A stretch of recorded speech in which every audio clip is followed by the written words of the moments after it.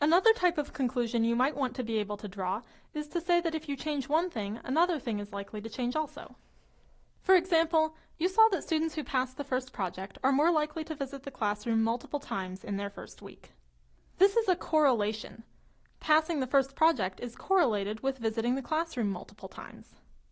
Does this mean that visiting the classroom multiple times in the first week causes students to pass their project?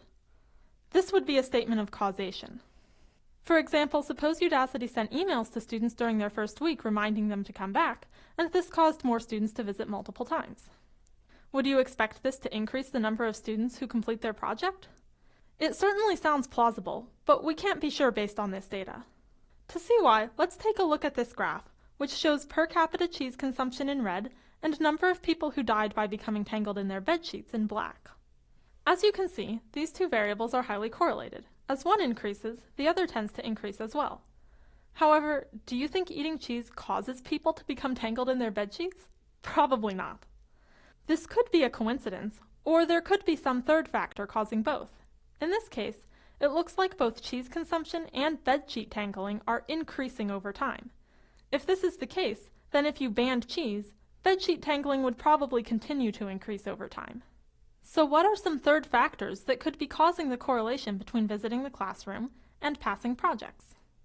One that I thought of is level of interest. Maybe people who don't find the data analysis courses very interesting don't visit the site many times, and then they also don't pass the project because they're not interested in working on it. If you somehow convinced these students to visit the site more, their lack of interest might still prevent them from working on the project. A better approach might be for the student to try learning something else that they find more interesting. Another factor might be background knowledge. Maybe some people don't have the programming knowledge they need to take the data analysis courses, and they get stuck and don't come back. If you convinced these students to come back and keep trying, they might remain stuck and not be able to make forward progress. In this case, a better solution might be taking a programming course to fill in the missing background knowledge. On the other hand, this correlation could be because of causation, and I actually find that explanation pretty plausible. But the point is that we don't know based on the data we have. To find out whether one change causes another, you need to run an experiment, and online experiments are frequently called A/B tests. To learn more about how to set these experiments up and some common gotchas that can arise, check out Udacity's course on A/B testing, linked in the instructor notes.